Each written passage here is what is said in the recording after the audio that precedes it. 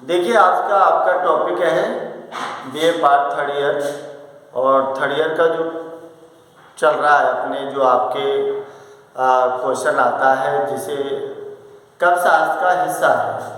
और काव्यशास्त्र का हिस्सा जिसमें आपको मैंने पहले छंद पढ़ाए थे, अलंकार भी पढ़ाए थे, लेकिन कुछ बच्चों की डिमांड है कि सर छंद समझ नहीं आए, तो मैं आपको उन चीज़ों को रिपीट कर देता हूँ। थोड़ा सा पेन और कॉपी लेके बैठना, कोई चीज़ समझ नहीं आई हो, कोई उदाहरण समझ नहीं आया हो तो आप उसको नोट कर लिया।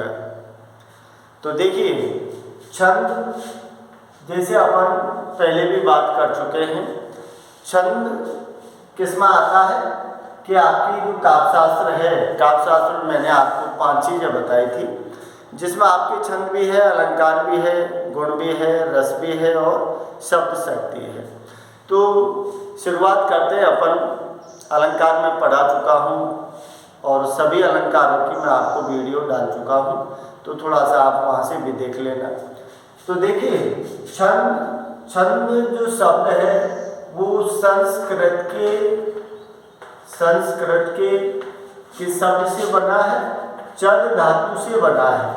चद धातु से बना है, जिसका मतलब क्या दिया है? आह्लादित।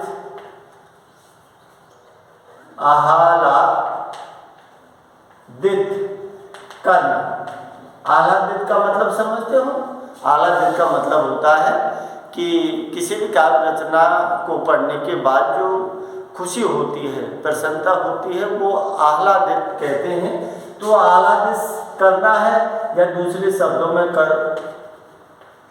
समझो कि खुश करना है। अर्थात किसी भी काव्य रचना को पढ़ने से जो मन में प्रसन्नता होती है, जो खुशी होती है, वो छंद के कारण होती है। इसीलिए उसको संस्कृत की चद धातु से जोड़ा है, जिसका उत्पत्ति विकास माना है कि छंद शब्द की उत्पत्ति है वो संस्कृत के चद धातु से मानी गई है, जिसका शाब्दिक अर्थ लिया है कि आह्लादित करना या खुश करना। अब देखिए कि छंद शब्द का सर्वप्रथम उल्लेख कहाँ मिलता है?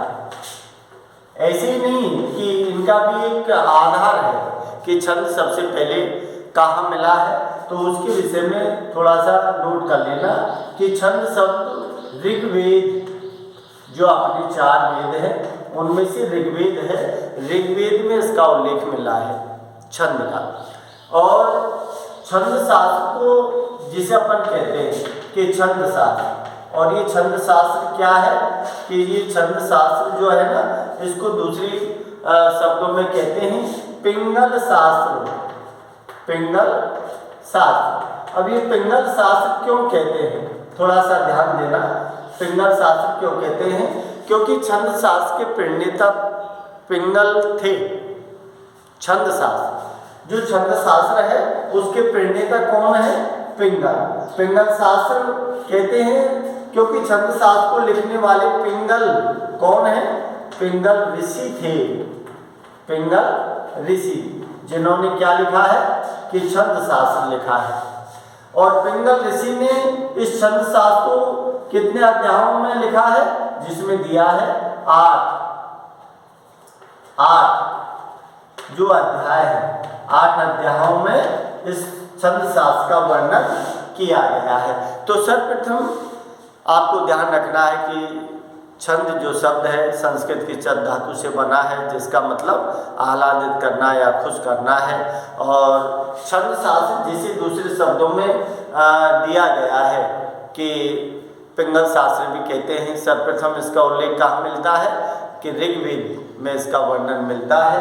और पिंगल ऋषि इस छंद शास्त्र के क्या कहे जाते हैं? प्रणेता कहे जाते हैं। तो ये सारी चीज़ थोड़ा सा याद रखना। उसके बाद अब देखिए, अब अपनी बात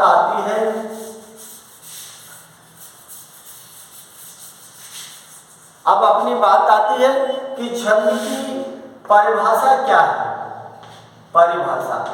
छंद की परिभाषा क्या है? तो मैंने आपको उस समय भी बताई थी कि जब कोई भी रचना विशिष्ट पद्धति के अनुसार व्यवस्थित की गई हो तो उसे क्या कहते हैं? छंद कहते हैं। क्या लिखा है कि जब कोई रचना क्या दिया है? विशिष्ट पद्धति के अनुसार क्या की गई हो? व्यवस्थित की गई हो, जिसमें क्या है? चरण,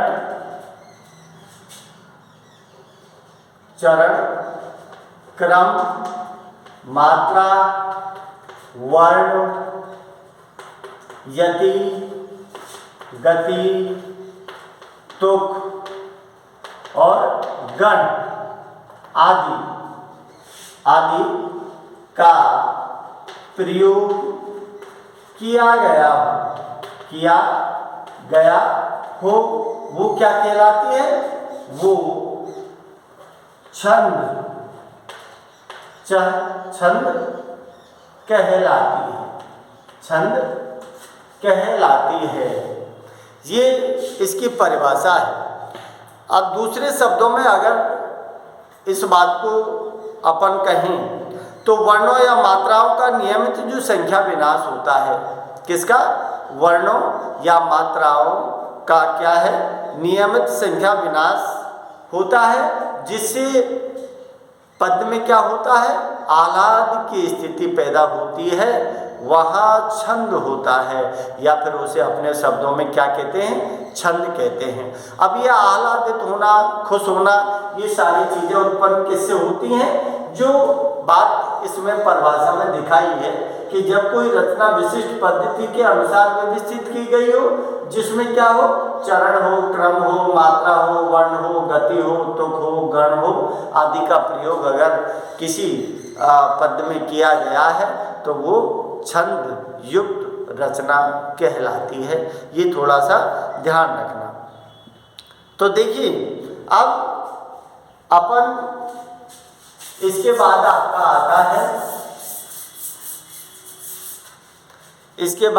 आता है कि सबसे पहले अपन लेते हैं कि जैसे अभी अपन ने बात कर रहे थे कि छंद के क्या है? अंग है। छंद के प्रमुख अंग कौन कौन से हैं?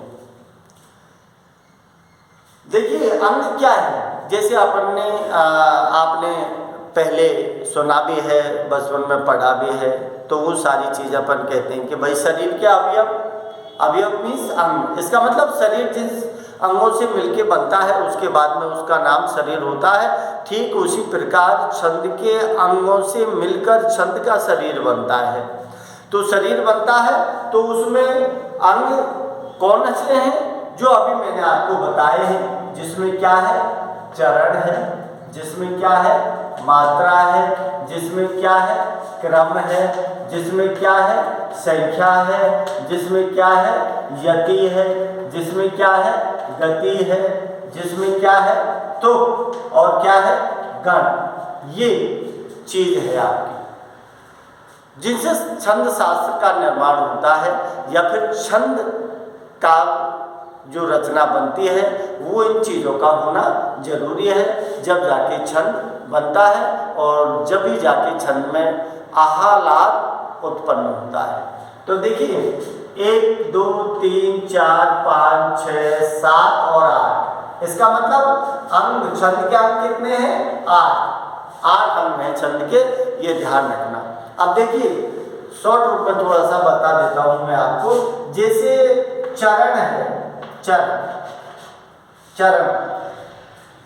चरण किसे कहते हैं? चरण कोई भी पंक्ति है, कोई भी दोहा है या फिर कोई भी पद है जिसमें लिखी जाती है, जिसको अपन क्या बोलते हैं? पद भी बोलते हैं, दूसरे शब्दों में पाद भी बोलते हैं, और क्या बोलते हैं? पंक्ति बोलते हैं। ये सारी किन चीज़ों का नाम है? चरण कहते हैं इसे। और जो पूरी चरण की जो पंक्ति होती है तो उसे क्या बोलते हैं? उसे बोलते हैं दल। दल, दल बोलते हैं। जो चरण की जो पंक्ति होती है, पूरा चरण लिखा जाता है, चरण की पंक्ति को क्या बोलते हैं? दल बोलते हैं। तो चरण बोलो, पद बोलो, पाद बोलो, पंक्ति बोलो, दल, बात वही है। तो देखिए, जैसे कोई भी आपने दोहा लिखा है, कोई भी पद लिखा है, तो वो क्या है कि चरण में कितने वो होते हैं? 4, 1 2 3 4 कि 4 चरण होते हैं। कितने होते हैं? 4 चरण होते हैं। अब 4 चरण होते कैसे हैं? 4 चरण होते कैसे हैं? देखिए, जैसे आपने लिखा है कि जैसे दोहा ले लो, जैसे मेदी भव, मेदी भव बाधा, बाधा हरो, राधा, राधा नागरी सो। ये यति हो गई। यति आगे आएगी आपको कि मेरी बहु बाधा हरो, राधा नागर सो, जातन की, जा तन की छाया परे, छाया परे, श्याम, श्याम हरित धुति हो। तो देखिए, ये दोहा है। अब इसमें 4 चरण है। तो ये एक चरण यहाँ से यहाँ तक हो गया, एक चरण यहाँ से यहाँ तक हो गया, एक चरण यहाँ से यहाँ तक हो गया, और एक चरण यहाँ से यहाँ तक हो गया। इसलिए प्रत्येक पंक्ति में कितने चरण होते हैं? 4 चरण होते हैं। और जहाँ थोड़ा सा विश्राम होता है, जहाँ थोड़ा सा रुकना पड़ता है, उसे क्या कहते हैं? उसे यति कहते हैं। ये ध्यान रखना।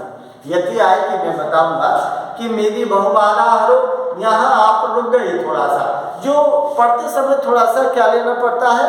विश्राम लेना पड़ता है, थोड़ी सी रुकावट उत्पन्न होती है, उसे क्या बोलते हैं? यति बोलते हैं। तो ये आपका चरण हो गया। इसका मतलब 1 2 और 3 और 4। अब ये जो पहला और तीसरा, ये कौन सी चरण कहलाते हैं? ये बोलते हैं विषम। और दूसरे और चौथा जो चरण है, इसको क्या बोलते हैं? सम चरण। ध्यान रखना कि पहला तीसरा क्या है? विषम चरण है, और 2 और 4 ये सम चरण है। तो ये चरण होते हैं आपके छंद में। अब देखिए,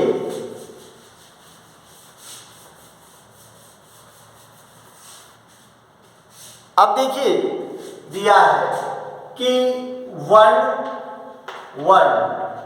तो वर्ण क्या है? छंद में वर्ण का बहुत महत्व है। अरे वर्ण जिसे अपन कहते हैं कि ध्वनि की सबसे छोटी इकाई है वर्ण। आप बोलते हो, जो भी ध्वनि भाषा बोलते हो, तो वो वर्णों से मिलके शब्द बनते हैं, शब्दों से मिलके वाक्य बनते हैं, वाक्यों से मिलके क्या बनता है? पूरी कोई भी गद्य या पद्य जिसे कहते हैं अपन, वो उसके बाद का रचना क्रम है। तो वर्ण है। और वर्ण आपने जैसे सुना है कि क्या है? क, ख, ग, घ, ये सारे के सारे क्या कहलाते हैं? ये वर्ण कहलाते हैं। अब देखिए, वर्ण का सिस्टम क्या है छंद में। तो वर्ण कितने प्रकार के हैं? जैसे आपने वर्ण है, और वर्ण कितने हैं? 2 प्रकार के चलते हैं छंद में। अब जिसको अपन क्या कहते हैं? एक तो बोलते हैं अपन कि हस्व, और एक क्या बोलते हैं? दीर्घ, दीर्घ, हस्व और दीर्घ। अब दूसरे शब्दों में इसको क्या कहते हैं? लघु, और इसको क्या कहते हैं? हस्व, लघु हो गया, और दीर्घ हो गया। तो क्या बोलते हैं इसको? हस्व, लघु और दीर्घ हो गया। इसका मतलब हस्व कौन कौन से शब्द हो गए आपके? हस्व कौन कौन से शब्द हो गए? जिनमें क्या है कि जिनमें आपका आता है ए, ई, उ और रे, और एक आता है आपका ये रे।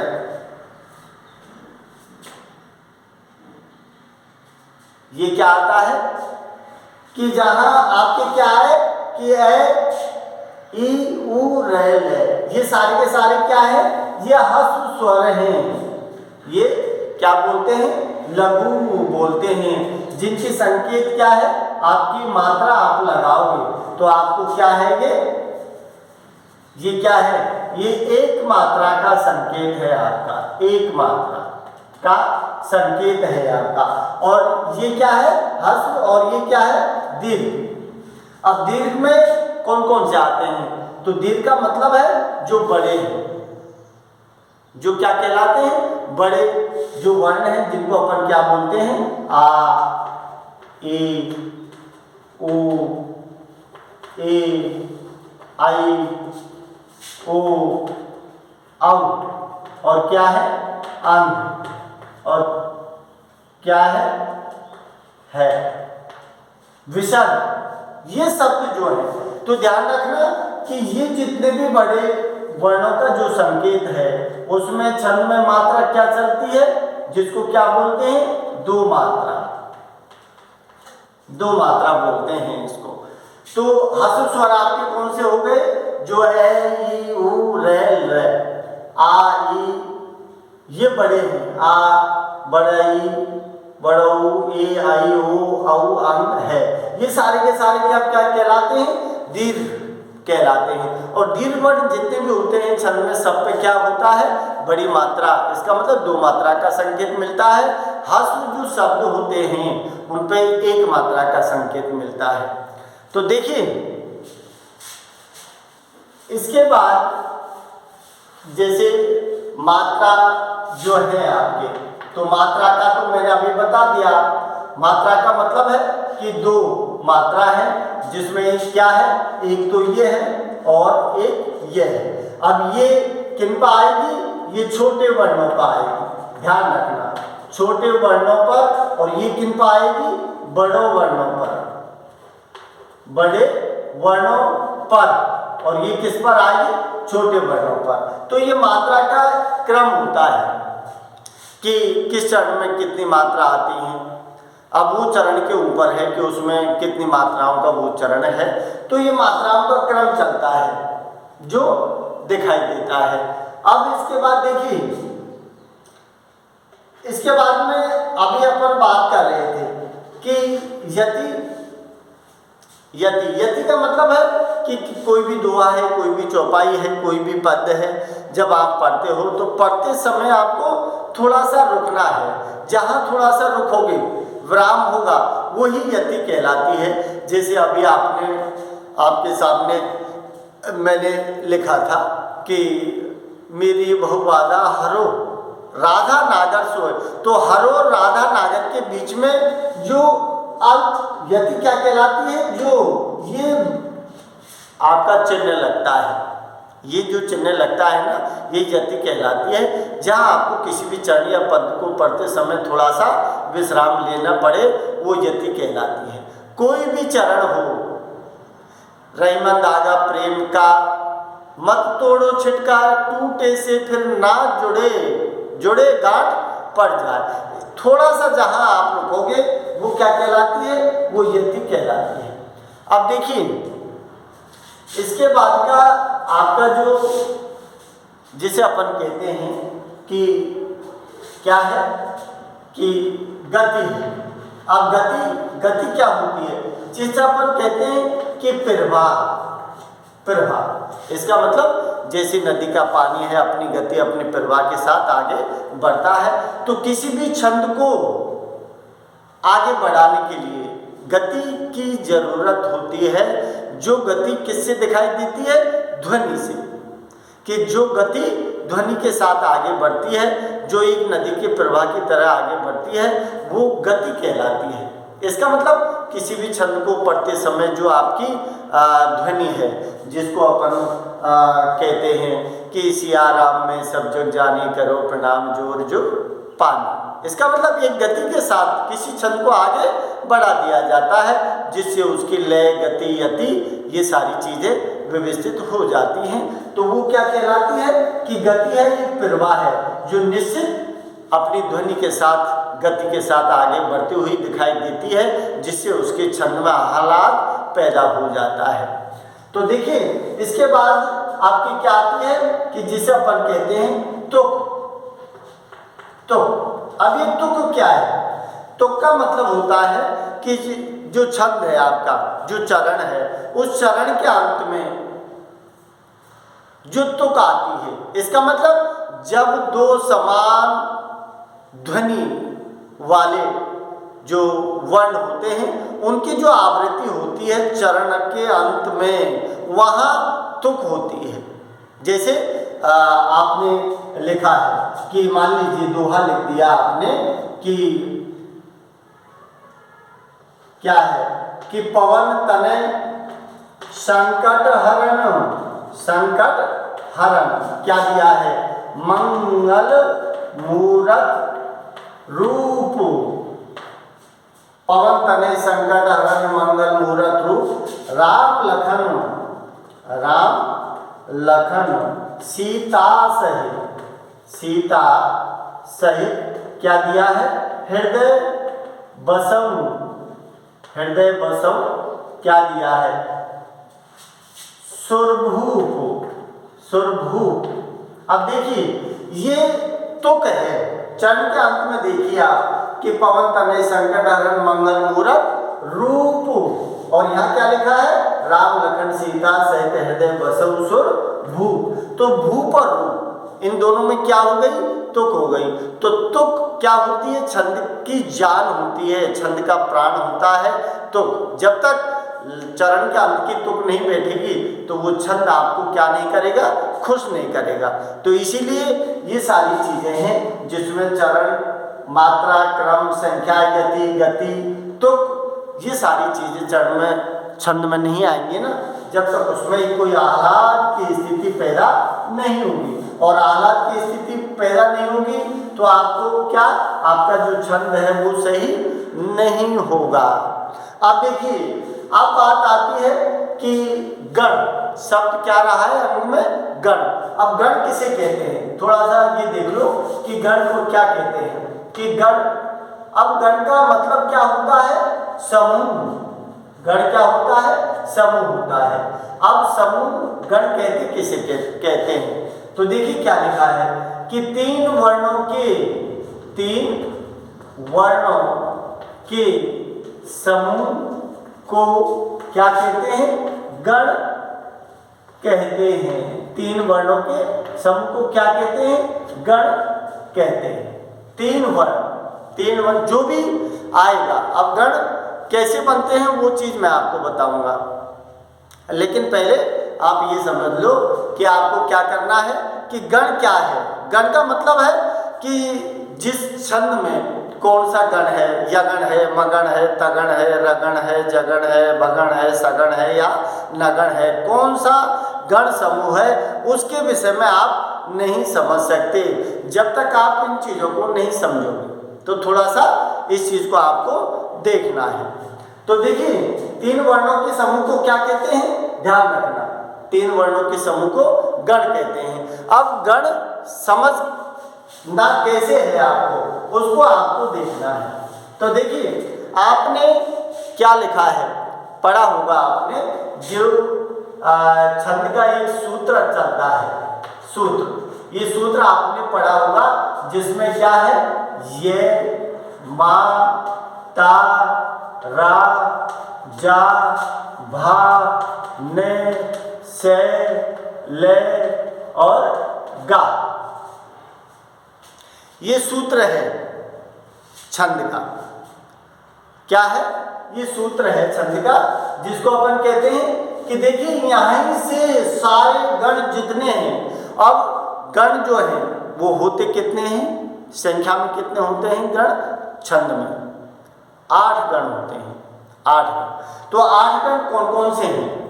अब इसको देख लो आप लोग। तो देखिए 8 गण का मतलब है कि यगण, मगण, तगण, रगण, जगण, भगण, नगण, सगण, लगण और क्या दिया है? लघु और गुरु। ये किसके संकेत हैं? लघु। और ये किसका संकेत है? गुरु।